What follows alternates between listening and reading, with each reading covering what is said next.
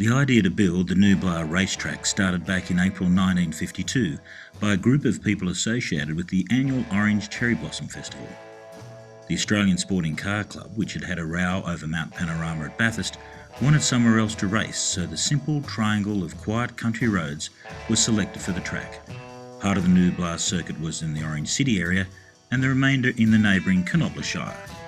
The roads were constructed and sealed with a light coat of bitumen, carried out by both councils under the supervision of their engineers Bill Holness and Alf Stephen. Building the track wasn't made any easier by the opposition of some Orange residents, who were fearful that their rates would go up to pay for the track, while others said that the city needed better amenities like a swimming pool or new footpaths.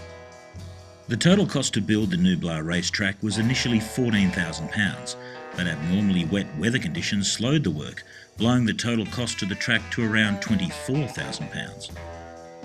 Gnoo Blas hosted the first international race meeting in Australia, along with the first Australian Touring Car Championship.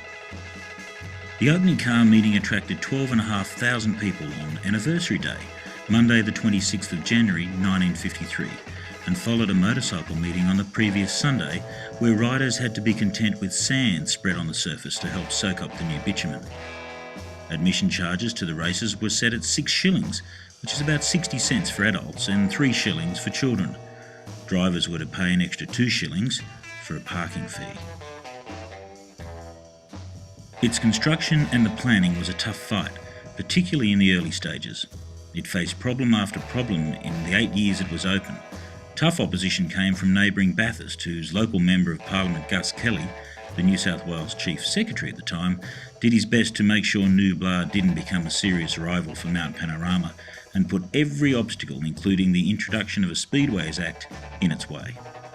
But Gnoo Blas weathered the early storms and ran its second meeting on Easter Monday, the 6th of April 1953, with 65-year-old grandfather Tom Sulman winning 5 of the 8 races on the program in his Maserati.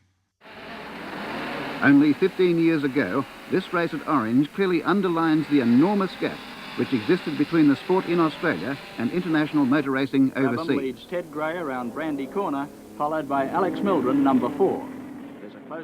There was no racing in 1956 and 1957, but with the new safety requirements met, Gnoo Blas resumed in January 1958 after volunteers worked late into the night using car and truck lights, putting up new fencing. Around 10,000 people turned up to see Jack Brabham easily win the South Pacific Championship in his Cooper Climax.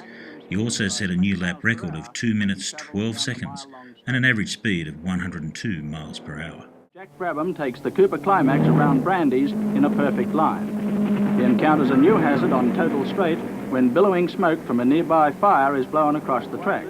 This doesn't affect Brabham as he steadily Brabham is almost a minute ahead. In 1960, the first Australian Touring Car Championship, now the current V8 Supercar Series, was run at Gnoo Blas, along with the first race of a new class of Grand Touring cars. David Mackay recorded a top speed of 132.7 miles per hour on the long straight which was nicknamed Mental Straight as it passed by Bloomfield Hospital. But dwindling crowds and the fact that the Cherry Blossom Racing Committee still owed the Orange Council around £7,000 for the original road construction and about £1,000 to private debenture holders, the writing was on the wall. Orange Light Car Club, which had been left with the debt of several £1,000s to the Total Oil Company on behalf of the ASCC, and the Cherry Blossom Car Racing Committee ran the final meeting in October 1961.